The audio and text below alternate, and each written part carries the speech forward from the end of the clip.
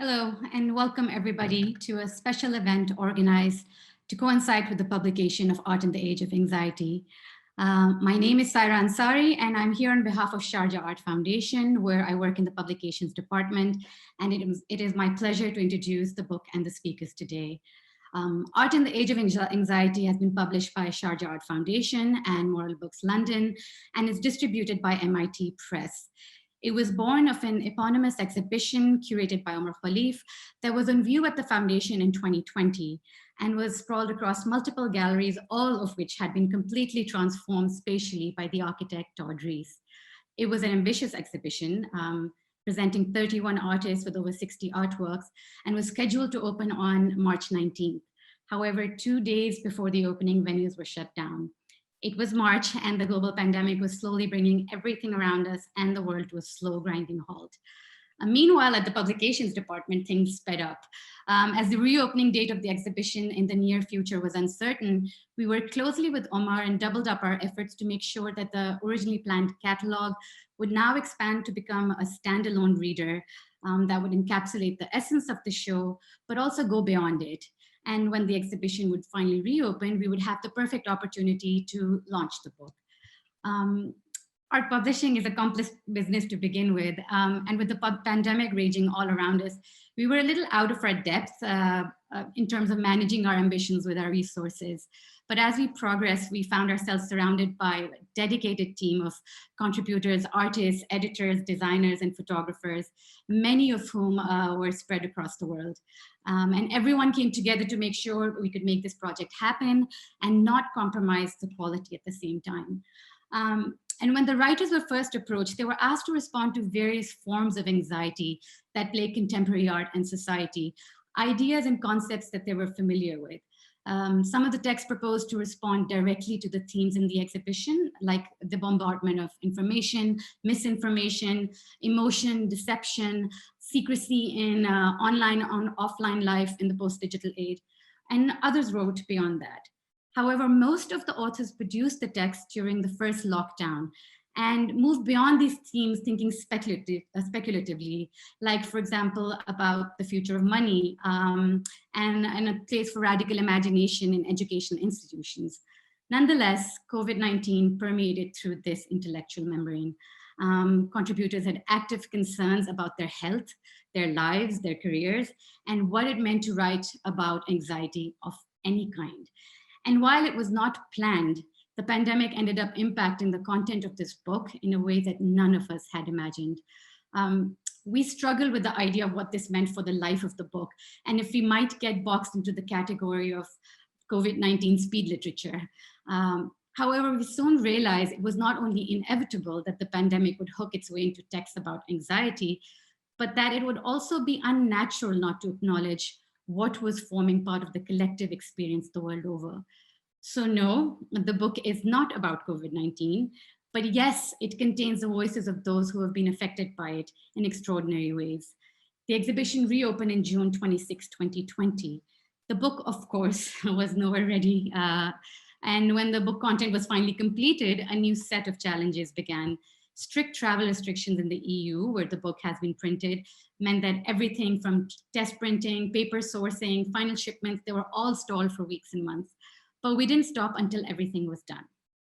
It has truly been a labor of love and deadline chasing hard work to get to this point. But the book is now available online and in physical stores, distributed by MIT Press internationally, and also available in the UAE through the foundation's own shops and distribution networks. It has 428 pages of artworks, exhibition documentation by Danko Stepavnovic, sorry, Danko, a foreword by Hoor Al Qasimi, who is the president and director of Sharjah Art Foundation, and essays by Anonymous, Corey Archangel, Jeremy Bailey, Douglas Copeland, Simon Denny, Heather Dewey-Hagbog, Aruba Khalid, Omar Kholeif, Norman M. Klein, W.J.T. Mitchell, Todd Rees, Mark Tutors, and myself. Sharjah Art Foundation is grateful for this platform provided by Artbook DAP and MoMA PS1. And I hope today's conversations and readings may allow you to enter an entire universe encapsulated within this volume and highlight the urgent and sometimes uncomfortable conversations it opens up. I am joined today by the curator of the exhibition and editor of the book, Dr. Omar Kholeif. Omar is the director of Collections and Senior Curator at Sharjah Art Foundation, and apart from writing and curating, is also a cultural historian. As a curator, they are prolific, having worked on over 100 exhibitions of art, architecture, and digital culture. Equally, Omar has authored or edited 31 books of poetry, prose, and criticism. This work is concerned with the intersections of post-colonial and critical race theory and explores queer performance, the language of mental illness, the interstices of social justice, and the aesthetics of the digital and technological consciousness.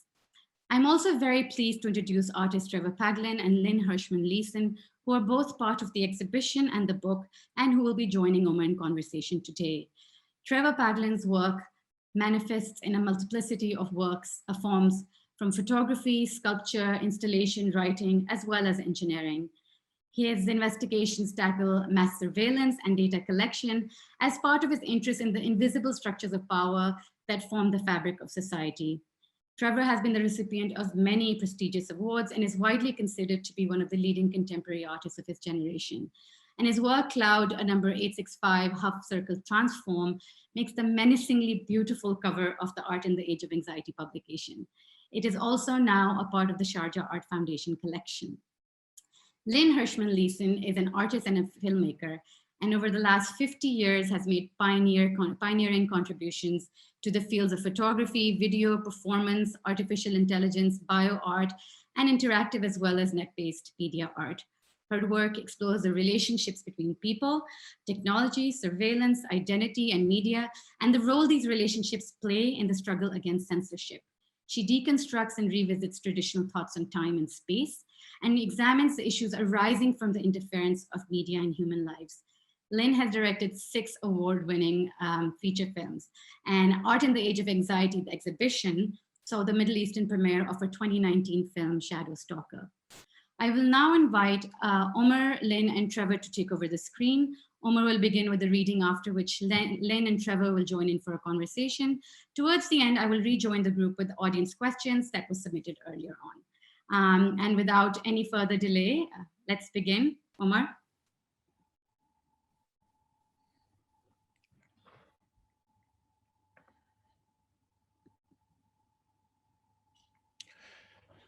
Exterior, in the clouds.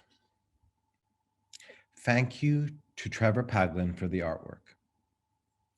Hello, comrades. Happy Valentine's Day.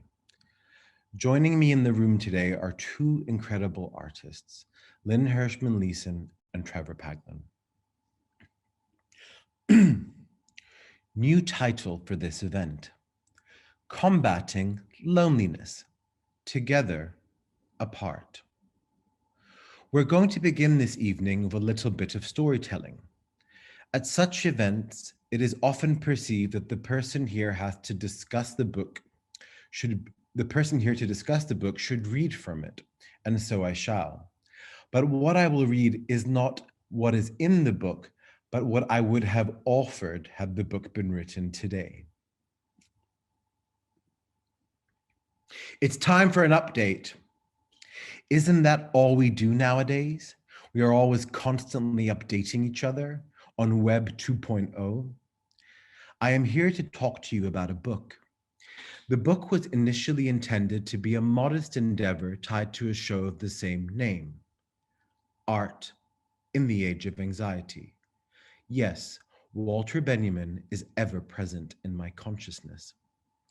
My mentors, namely the late Jean Fisher, the person who guided me through post-colonial and critical race theory, always argued that exhibitions should reflect the subjectivity of the authors. Your voice has been put on mute for too long. Do not seal yourself in the hermetic fold of institutionalism, she once implored, as we sat smoking cigarettes instead of examining the contents of my doctoral thesis. Art in the Age of Anxiety emerged from a diagnosis of mixed anxiety and depressive disorder, among other things. A diagnosis that I did not want to agree with, a diagnosis that required a certain form of engagement with the medical industrial complex. I was moving in between worlds at the time. I was terrified by the spread of what came to be known in the West as fake news, the post-truth era, where fallacies could spread like wildfire on RSS feeds, creating ideological sets of belief amongst human beings who were arguably too lazy to check the facts. My early inspiration came from a work by Trevor Paglen that he had put out into the world in 2015. A post-Smithson pre-drone film that revealed the architecture of power, of surveillance, of secrecy. It was called Circles. Circles and squares are the foundational elements of art that I was taught in school, so I began the journey of the exhibition here. I was keen to make visible the unseen forces that undergird the powerful structure that is the internet. And with that, to dissect the formal aspects of the internet as a tangible object, a thing that needed to be felt. Lynn Hershman-Leeson's art had been a point of obsession for many years, and when I read about her new work, Shadowstalker, from 2019, I begged for it to be included.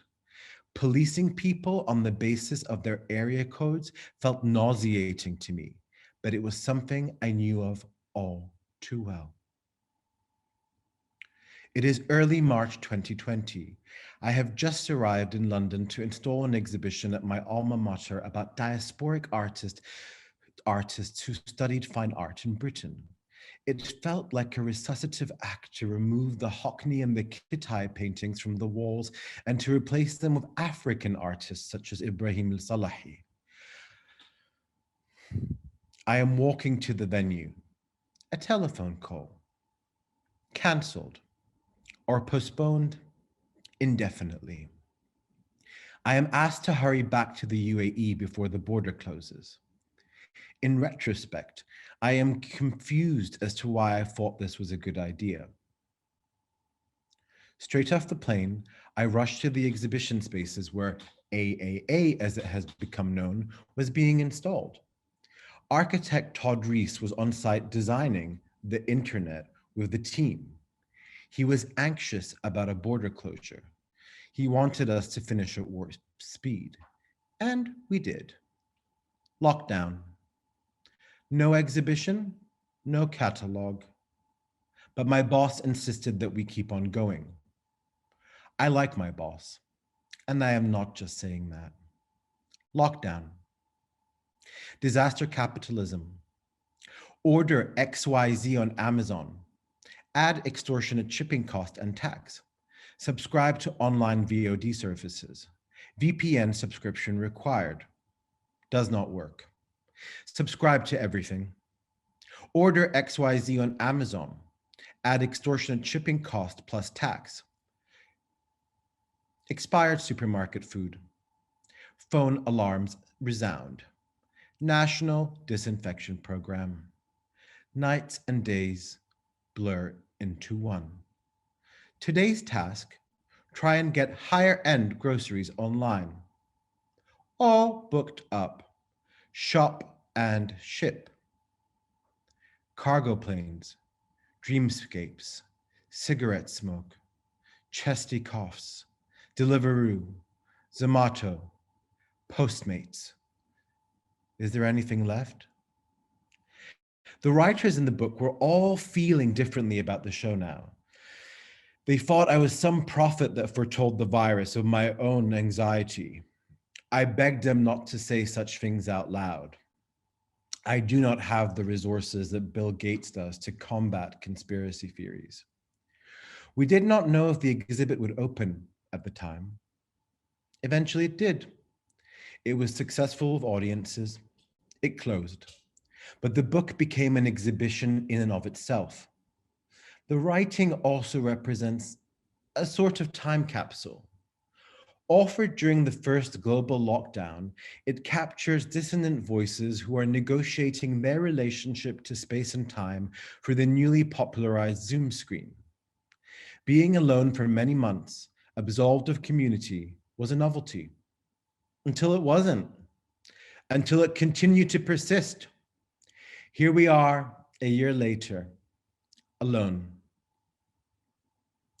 I started to feel trapped with my thoughts, and my physical disability started to flare, seeing me in and out of hospital waiting rooms.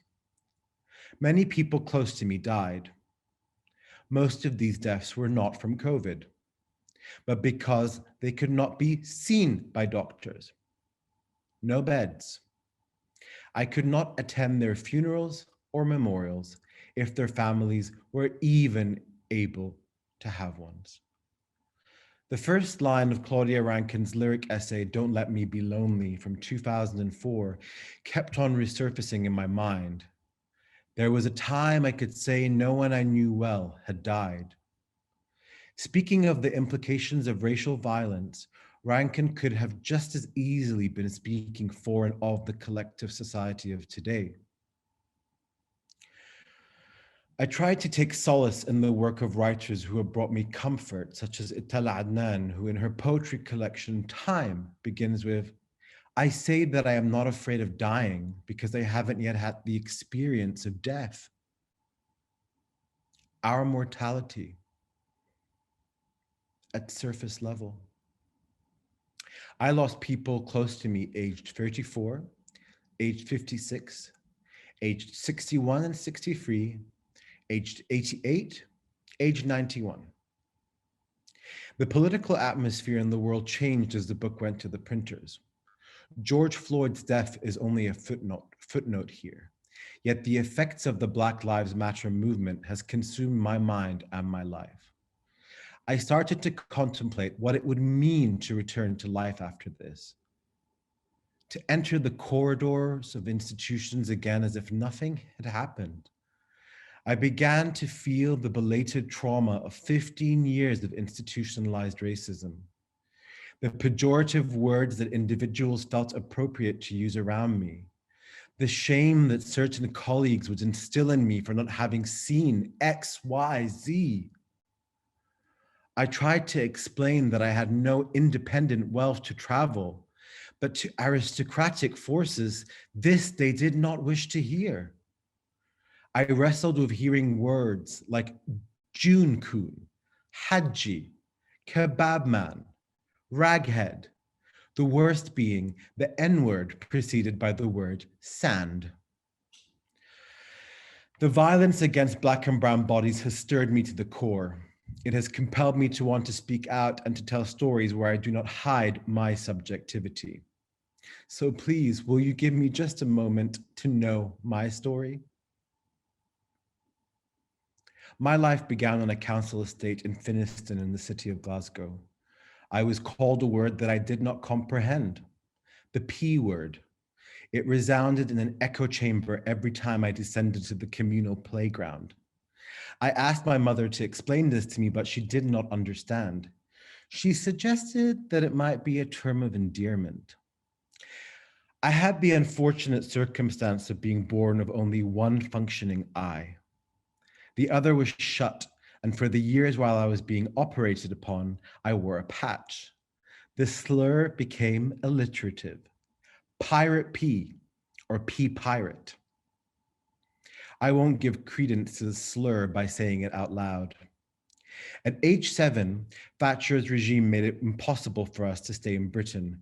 My mother had by a miracle won a green card lottery. We first settled outside of Los Angeles, Torrance, a coastal area on the South Bay.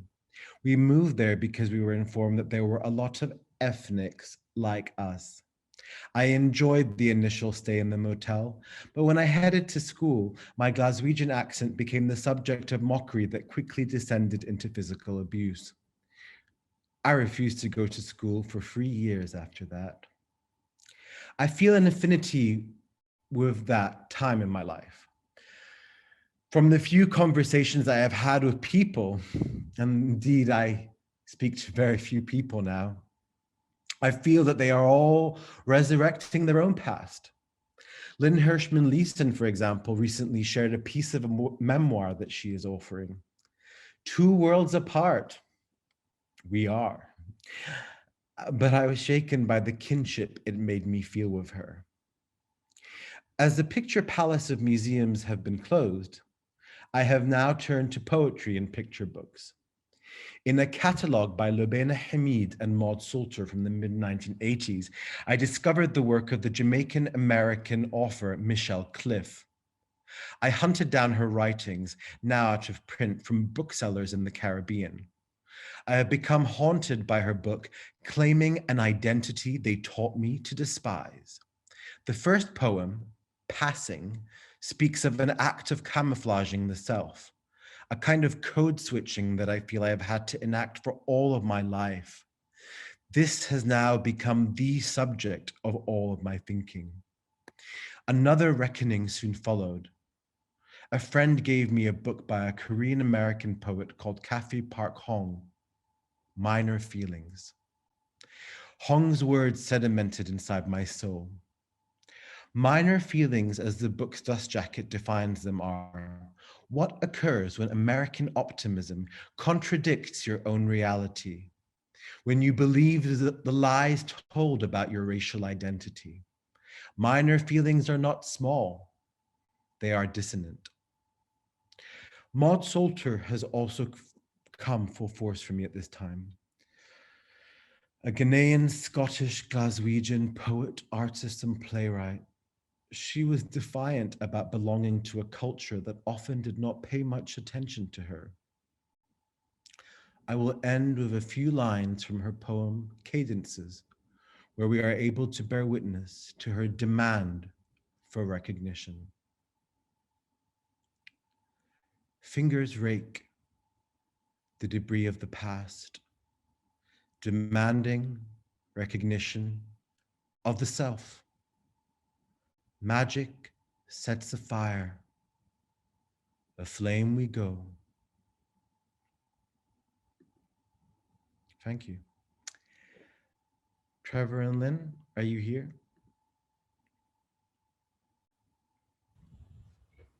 It's beautiful.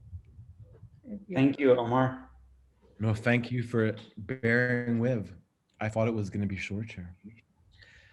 So it's lovely to be joined by you this evening to discuss the new book, Art in the Age of Anxiety. To be sitting here in a cloud as opposed to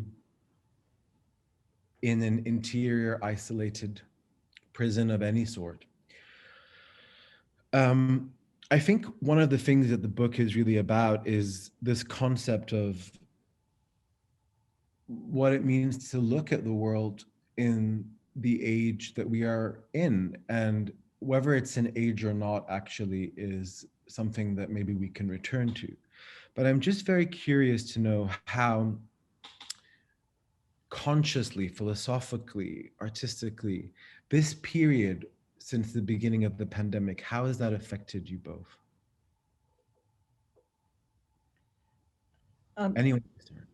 I thought about this time as kind of a eulogy to history, because I've had a feeling that everything was going to change from it.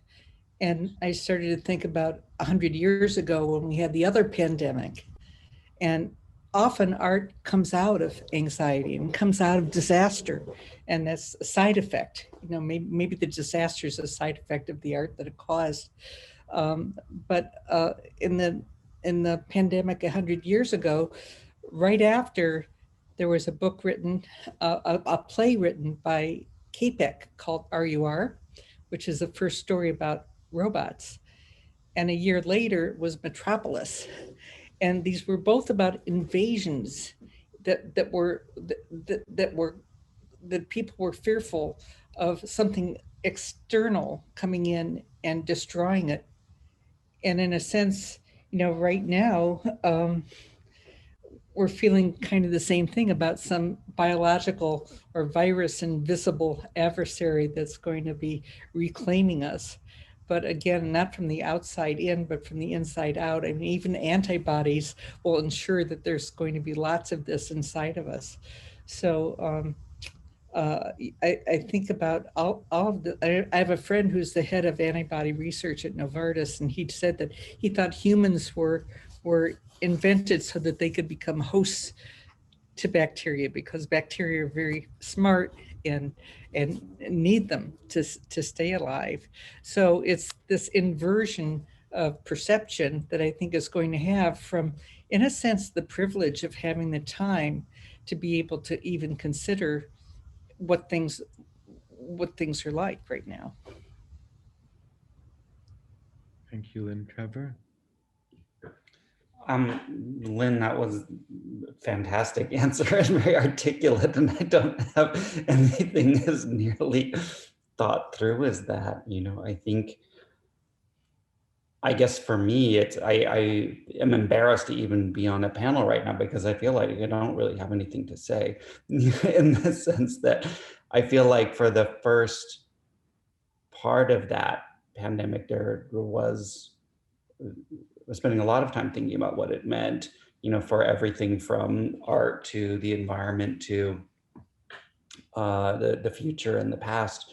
And that feels different now. I mean, it feels, I guess for me, it's becoming harder and harder to take a step back and try to understand what the meaning of all of this is. And so in terms of being reminded of art forms that came out of times of trauma, I guess where I'm at is Dada, probably. I mean, it's an interesting thing, though, that you say that you feel embarrassed to be on a panel, because in a sense, this relates to my next question for both of you, which is, what does it mean to make art in a time like this? Because you're most certainly, the frames of reference, the structures through which you work, the networks, the relationships have all shifted in some way. And I know, Trevor, you had a show and you made a whole body of work during the first lockdown, but I'm just curious to know, what does that actually mean for art making and thinking about art?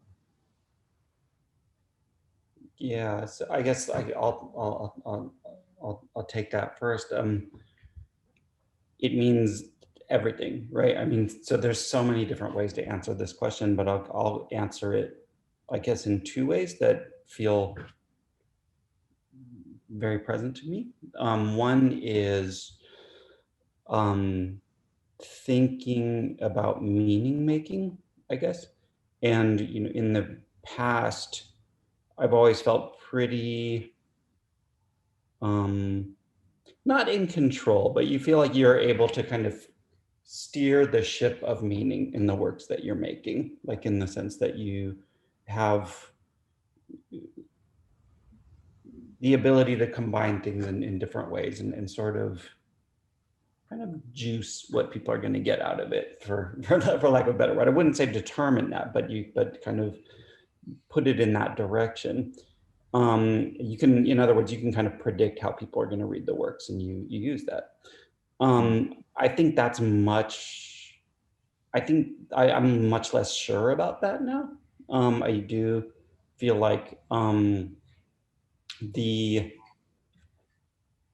factors that create meaning are so unstable and are shifting so much that I guess that brings me back to like Dada, you know, trying to think about like, what do things mean? And perhaps there's a kind of like ground of meaninglessness that is, you know, much, meaning that that is much more fundamental than I had previously thought. And I guess one of the thought experiments that I've been doing is kind of just writing about images and thinking about what are all the different ways in which you can think about images. And I guess for me, it's trying to excavate whether or not images mean anything at all. I guess for me, that's the larger intellectual project. And my instinct right now is no, right?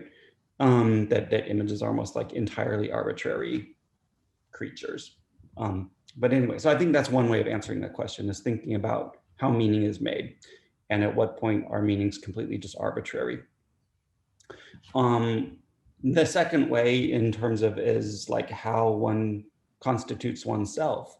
You know, I didn't really realize, we all know that our subjectivities are kind of formed in relation to other people and through cooperation and relationships. But it's becoming more and more apparent to me just how true that actually is. You know, trying to work with the people that I work with remotely and sort of not being able to see people, I've become acutely aware of how much of the stuff that just makes us as humans is actually really dependent on other people, right? So I guess those are my initial ways to try to answer your question, Omar. Lynn, can you answer that question? But maybe also, do you have any, you can also choose to reflect on what Trevor said, because I think it's a bit, the first point you make, especially about images and the arbitrary nature of them, is also quite a controversial stance in terms of visual culture. So I don't know, Lynn, how you feel. Well, I did want to say that you don't need to have a pandemic or a war or revolution to have trauma. Trauma happens, almost every day, and particularly now when we're so insensitized to the environment and to each other, really. So, at a minuscule human level that really redefines who we are, we have to pay attention to the language of trauma and how it manifests itself. One of the things that I think is going on now is that our images, we need a decoy because our images are being defiled, because they're being captured, and that there's an oblivion of recognition of a fake identity that's out there, which is the captured identity, which really isn't us. And these kidnapped avatars of ourselves are being used for many surreptitious means of control and stealing money, stealing the base core of who we are. I think that these are really critical issues to consider, and also to reconsider, the whole idea of ownership and who owns what, and why do we consider humans to be a major force in the world? When they're the idea of, I'm thinking more about the idea of symbiosis and how we're all every living thing relates to every other living thing on the planet, and how we've Lynn Margolin, who first wrote about that, was never recognized at the time, but understanding what that means gives hope. If we can redefine our view, our philosophy of living, and to have the consideration for the root systems that connect every living things. And I think that's the only way that our planet's going to survive.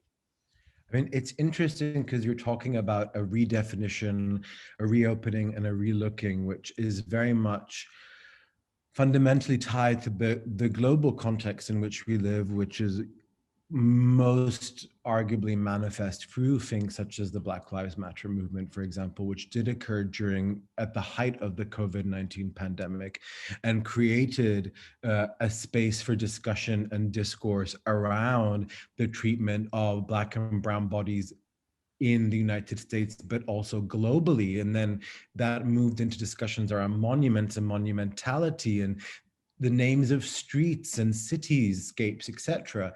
But also what's interesting is that it kind of relates to a Benjaminian idea that, I know that Trevor is deeply influenced by Walter Benjamin, especially this text, the author as producer, and this idea that one of the things that he argues in this text is that looking at it from a kind of contemporary perspective, you could say, is that perhaps being in a neoliberal global context, we will never be able to actually take political sides or take decisions to be with or against because it's too dangerous for us, because the way that capitalism has entrenched itself into the social constructs of our existence, like museum boards, not-for-profits, hospitals, and so forth, has become, become very unusual, really, especially in liberalized Western democracies, where really it is a few people that make hold a lot of sway. So I guess my question is, with that in mind, the fact that we have this kind of, let's call it a crowdsourced community of people who are finding their voice and the willingness to redefine narratives that were otherwise unseen, whether it be narratives of certain artists who are not seen, or people of color, or of people of specific gender identities, and so forth.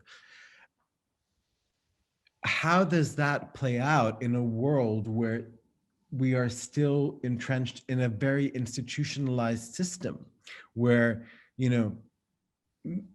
museum boards are governed by very wealthy people, for example, as are hospitals and, institutions such as, Bill Gates, who made 40 billion, I believe, I can't remember the exact figure, but a significant amount of money because of the pandemic, donating money to the vaccine effort, is profiteering, but contributing, but also controlling parts of the narrative. What does this all mean for how do we find this space to redefine, basically, is what I'm asking. Excuse my long-winded approach, but how do we find that space? How do we create that space? Because especially with COVID, it's not always easy to take to the streets. So how can we do that? And what are the most urgent things that you're thinking about in terms of need for redefinition?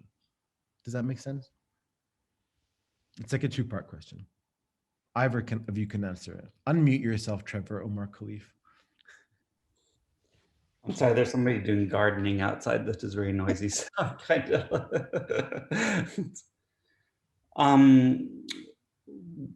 I think there's a million different ways to answer that, of course.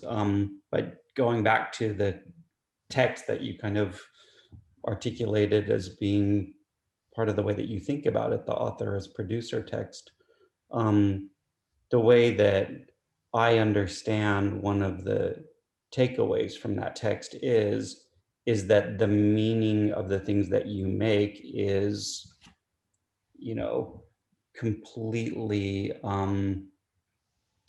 intertwined with the means through which it is made, right? So in terms of, I understand that text as Benjamin sort of trying to collapse that distinction between the text of a text, or the text of a bit of culture or artwork or what have you, and the means through which it is produced, right? So thinking about the ways in which people collaborate to make things, the economies that objects are created within and circulate within, what have you. So this brings us to your question about museum boards and about institutions, and whether it is possible to actually create more liberatory forms of culture and forms of, can we ask for justice within those kinds of structures? And that's a hard question, and I think it is one that people are asking, and not just asking, but doing things about right now. And so that's fantastic, right? But ultimately you ask, what is the big, question, which is like, can you actually make revolutionary culture within the kind of structures of capitalism, right? And there's a million different answers to that, right? So you can join your anarchist or Marxist faction of your choosing based on how you answer that, right? Yeah. But I think that what is important is the asking of it, the asking it at that level of institutions as well, right? But I think the other thing that for me, like in seeing like the protest movements and seeing the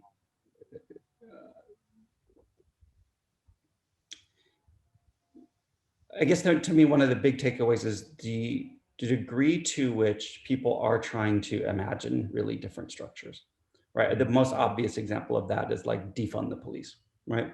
Or kind of thinking about ideas like prison abolition, which, 20 years ago, that was crazy that was an unthinkable thing, right? I mean, there was a small group of people that were trying to think that, but now it's a much more widespread idea. And what is that? What are those proposals actually? What those proposals are actually meant to provoke is for us to imagine like really different ways of organizing societies, right? Really different ways of allocating resources, really different ways of imagining how we can care for each other. And those, for me, there is revolutionary potential in those questions, right? So, but how do those questions sit within existing institutions? And do we need to be limited by the existing institutions? These didn't happen overnight, and there's been revolutions that have happened that have deposed that. And I think we're part of a revolution of the haves, where people are feeling that they're going to lose their power because of the shift. I mean, first of all, we have this great communication system where taking a cue from the mushroom, from the fungi root system and the tree root system that translate instantly information to protect each other globally.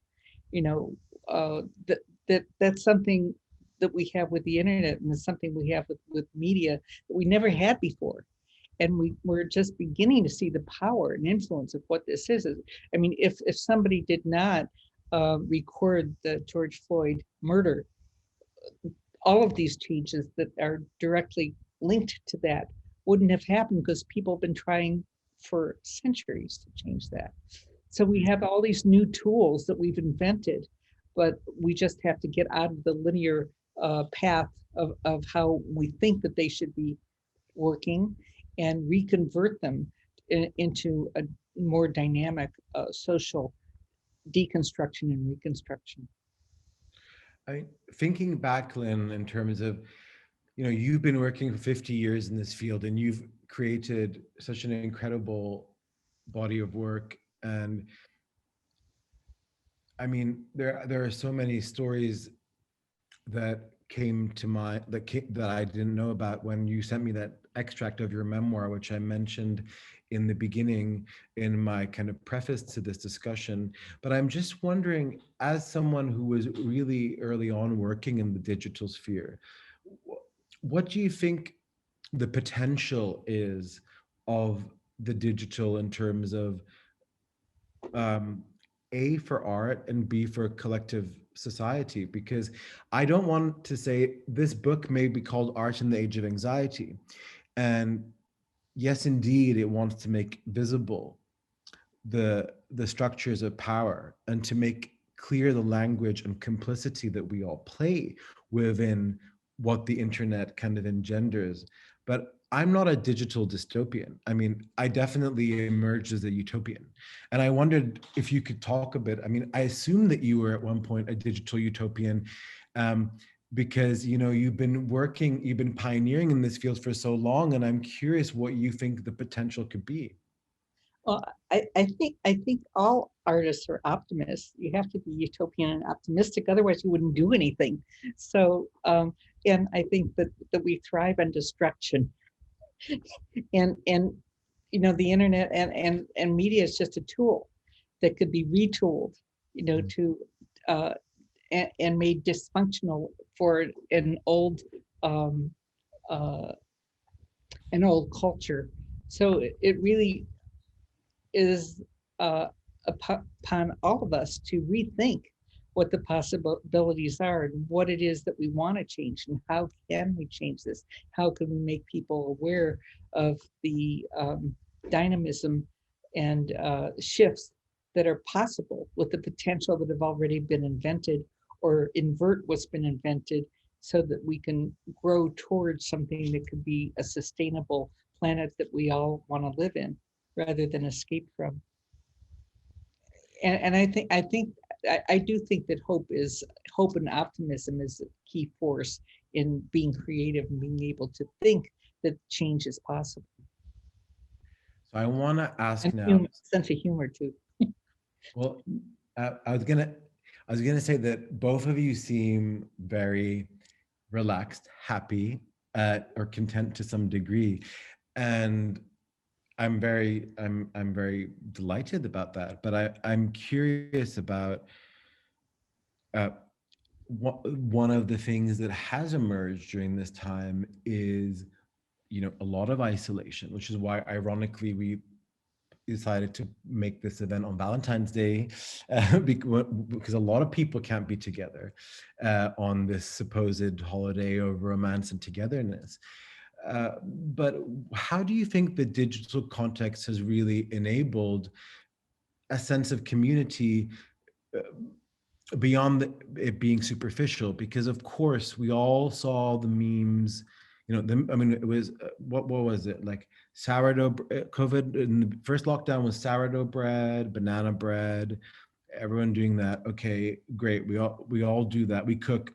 I can't cook. I can't even boil an egg, but that's because I'm just a dilettante. I don't know what I am. I'm a caveman or a cave animal, which is wonderful to be that way because I don't have to worry about anything except eating leaves. But seriously, though, we are, a lot of discussion is that technology allows us to communicate. And of course, look here, Lynn, you're in San Francisco. Trevor, you're in Australia. Saira, who's going to join us in a second, is in Dubai, where it's like almost 3 a.m. I'm in London at the moment, where it's 10:51 p.m. So we are connected. We're having a conversation. We have an audience of a lot of people. So is this wonderful? Or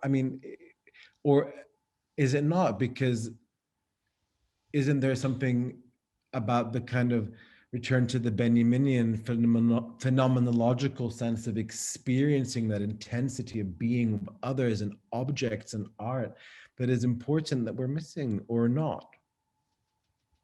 Has the aura moved to the screen? Yes.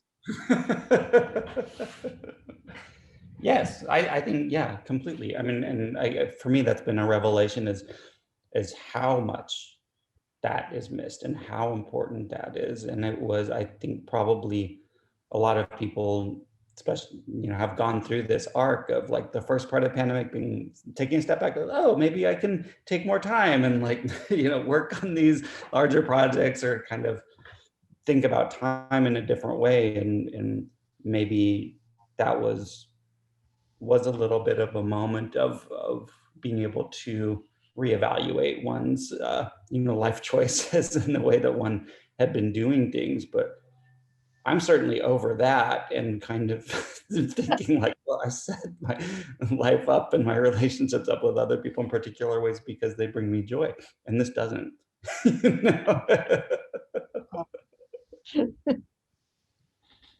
Lynn? I can't add to that really. I think that I'm amazed at how much I miss seeing real art, not documentation on the internet, or not images, but really going to a gallery or museum, how lush that is, and what a great privilege that is, and actually being face to face with real people. But and I wonder, if when this is contained a bit, how much more we'll appreciate that and those gifts that we've had that we didn't realize were gifts. We're going to invite Saira in a second. I just wanted to say one thing, Trevor, a question. So has COVID been anything like growing up on an airbase as a kid? No. What was it like to grow up on air? So I've known Trevor a long time, but I was reading the bio for this event and didn't realize that he lived so many years on air bases or military bases, which I felt very naive, stupid, whatever you want to say about that, because obviously that has impacted the way that you see the world. But, do you think that there's something about, I mean, having grown up on air bases and stuff, that there's a militarized gaze now that when we look at things like social media or the news online or RSS feeds, I'm really interested in this concept of the militarized gaze, which I'm putting out there as a theoretical proposition for the future.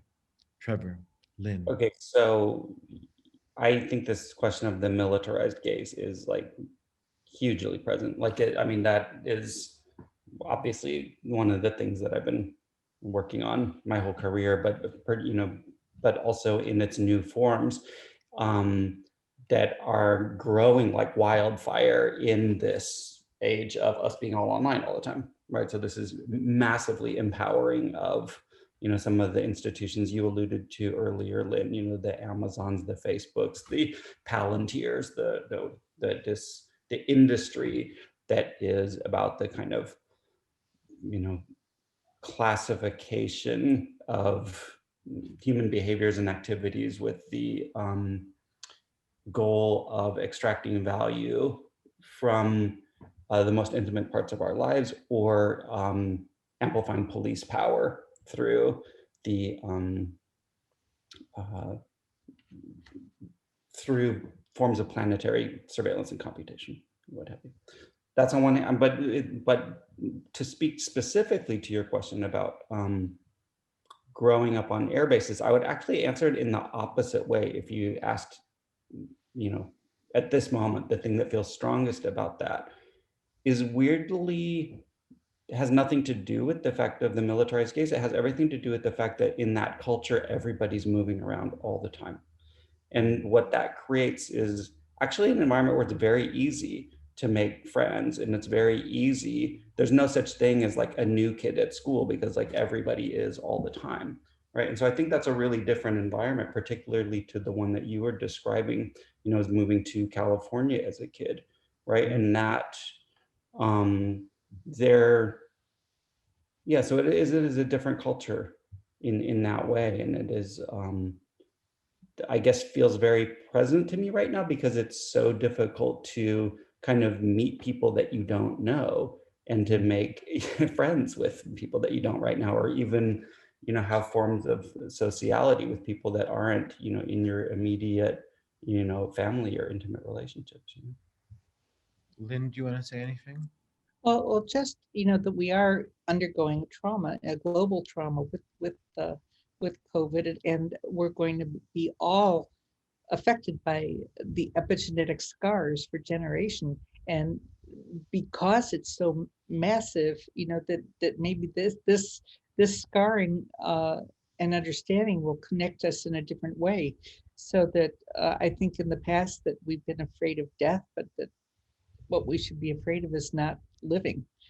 So, and that the force of isolation has made the preciousness of possibilities and risk even more attuned, rare, clear. I really appreciate that distinction, not living as opposed to death, because it really is about a kind of embodied experience of not being able to experience. I think it's time now to bring back Saira, who's gonna bring in a couple of questions, I believe, from the audience, which were pre-sent, I believe, or I don't know. Yes. So thank you so much for this conversation and speaking so candidly. I think from the listening end, it kind of, the texts we've been working on for so many months, they kind of come alive through these conversations with the artists as well. We do have a few questions, and I also had one, but I'm going to save that for the end in the interest of time. We have a question from Virginia from Brazil. And it's kind of directed towards all of you, so anyone can answer. Regarding deep stress of isolation and many obstacles of vaccination, don't you think that we've been damaged by the hardships of distancing? doesn't it show us how touch, contact, and the bodily presence of art experience can boost our balance, sensitivity, and empathy beyond virtual windows? Yes. I get a thumbs up from Trevor Omar Kholeif. I mean, it's very, I mean, I suppose I was saying to someone earlier today that the thing that COVID has robbed us of the most is intimacy. And that what we don't realize is how intimate we can be with everyone in our lives. And uh, um, physiologically, you know, giving someone a hug or being held, for example, by someone, whether it's a close friend, a lover, or whatever, whomever it may be, even a stranger, can produce endorphins, which can affect your serotonin levels, hence your mood. So that's been removed. So the isolation that we live with, the lack of intimacy, creates a kind of alienation from oneself, a disembodied self, I would say. And that disembodied self can go on many tangents and not be able to lay claim or understand physical time or space. And I think that's why we see I've seen a lot of things during this time that I won't go into, but that have been incredibly despairing. Omar, can I ask you how this time has made you think differently about what it is that you do? Like, has the way that you think about what it means to be curating art or writing changed? Like, what is it? What, if anything, do you imagine thinking about or doing differently going forward? I mean, I think the thing that was most clear to me and I said it in this beginning, is in the way that I'm really mourning, because I haven't stood still my whole life. There's always been this strange perception that I somehow have privilege or something, and that I'm like moving through and have like some kind of wonderful life. But actually, I've been slogging. You know, up until very recently, I was working 4 or 5 jobs at the same time to fulfill the function of what I thought people expected of me, right? And I said no to nothing, not to any catalog essay, not to any consultancy gig, not to anything, not just any talk. And I burnt out in a way that I can't even explain. And now, because I had this like incredibly long, depressing pause, I'm mourning the fact that I didn't get, like, I feel like my youth was stolen. I know that sounds really stupid, but I didn't enjoy any of that. And so now I'm starting to think, well, what do I want to do in terms of the projects that I choose to do and the things I want to talk about? And I really believe that there's a kind of recentering and reorienting of myself. And what was fascinating about speaking to Lynn, because I'm writing this book about the internet, it's a kind of a socio-anthropological study of internet art, which you both feature in. Your chapter hasn't come yet, Trevor, hence why I haven't interviewed you yet. But I was talking to Lynn, and Lynn was sharing anecdotes about that experience. And I feel like Lynn has consistently been going for this active recentering and reinvention over the years. And in a way, maybe what I feel like is that the artistic temperament, or the freedom to be an artist, is much more liberating than being tied to an institution. I'm not saying I'm going to quit my job, Sharjah Art Foundation, hey, keep me on payroll, please, because I need you. And I love my job, but I really feel like the possibility to think across disciplines and across boundaries and without being sealed, because institutions essentially recreate a colonial construct. Essentially, they are. I mean, Ariella Azuli's book Potential History, which is incredible, basically argues that institutions are imperial constructs, and what they do is that they reinforce certain kinds of paradigms, and then in the East, where I finally am, we then reinforce them again. And what we need to do is disentangle from that. So I guess what I want to do is to speak. I don't want to be silenced anymore, because I feel that there is a lot. We all have trauma, Lynn, like you say, And I think, and like, if we all don't speak about our collective trauma, our individual perspectives, then how do we create a space for multiple lines of sight? It's impossible. And it just, that's where I think I'm going. Thank you for asking me a question. I feel embarrassed having to No, answer. don't. It's very important. Very important. Oh, thank you. And that's And I very, think, sorry, yeah. go on, Saira, apologies. No, not at all. I think when you're talking about kind of the agency afforded to independent actors or artists, the second question is kind of around that. It's very broad, but it kind of tackles that. And I think, Omar, maybe perhaps you will be able to answer this. I know we don't need to have an answer for this yet, but what are some ideas that the artists who have contributed to this publication have in moving forward from this anxious association with the internet? Can we work to reframe this anxiety-ridden times towards a healthy consciousness? They haven't submitted their name. Could Lynn and Trevor try to answer that first? I mean, just from any perspective. I think we have to. You know, I think I think that some of the damage that is becoming visible and affecting us is leading us towards redefinition of preservation of the planet, of priorities, as you just so eloquently talked about in your own life. And I think we need to become so embedded in a new consciousness and in a way overthrow and shift some of the most of these structures that have caused us damage, really acknowledge them rather than avoid them, and invent a new way of thinking and communicating what the new possibilities are. And I think that's the work of today, of everybody. Trevor?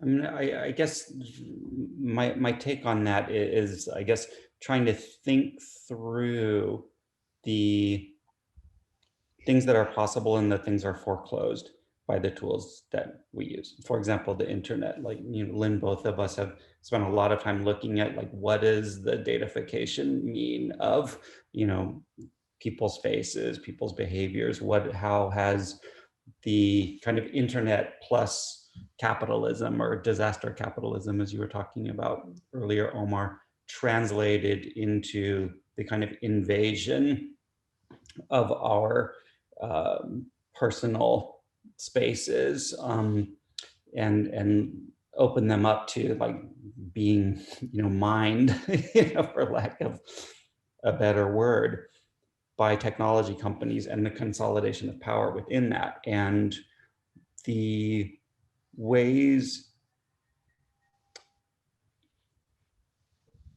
that communications happen on digital platforms, or the internet, what have you, are not neutral. There's certain things that are possible and things that are foreclosed by those particular combinations of capital and infrastructure.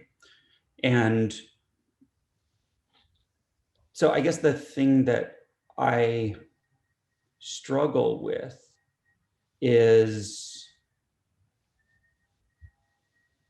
questioning whether it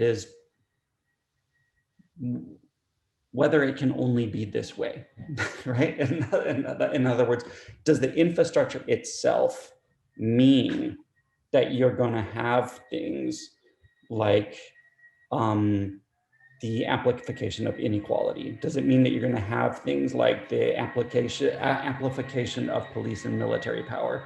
Does it mean that you're going to have things like the creation of, like, completely different alternate cultural realities, which then, whose conclusion are quite violent, right? Sorry, I'll mute myself in a second, but I guess to me that is the series of questions, is whether there is a way of looking at the world and a way of communicating about it that is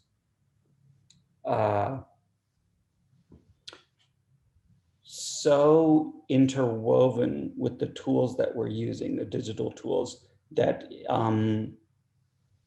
that we cannot use these tools, to create a different world.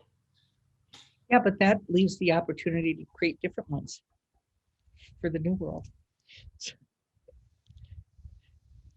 I hope that we can, and I hope that artists are the ones that can lead the way, and I hope that artists do not get or become co-opted by corporations and organizations that can patent these things and these ideas in these spaces, because artists have historically pioneered and led that way. And ultimately, as a person who has been kind of entrenched in this field since I was literally a child, and we can talk about that another time,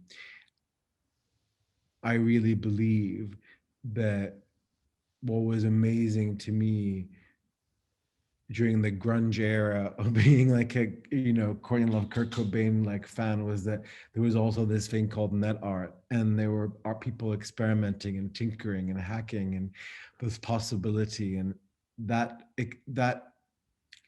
energy excites me, and I hope that it can continue.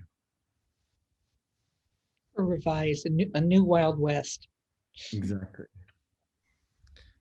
I think that would be that's a good note to kind of close this on. And I, as Omar mentioned in the beginning, if the viewers have questions that they want to pose to Lynn or Trevor or Omar, they can still send them through to Artbook, and Xion will be giving that email address, and that could, the conversation can kind of continue.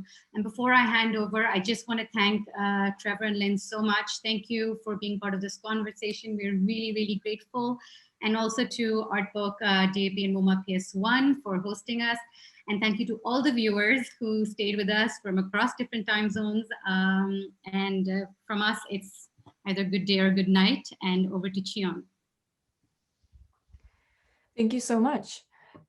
This was a really necessary conversation. It felt necessary to listen to a conversation about art in the context of digital practice and the pandemic, and get us to work through this big question together. So this concludes our book launch discussion and celebration of Art in the Age of Anxiety. Thank you so much, Omar, Saira, Lynn, and Trevor, for your time. And thank you all for coming and being here with us. To order signed books of the book or order signed copies of the book, please email us. Our information is in the chat. For those of you in New York, our bookstore is open for you to visit, where you can have a safe physical browsing experience. Thank you, and have a good rest of your day or night, wherever you are. Thanks.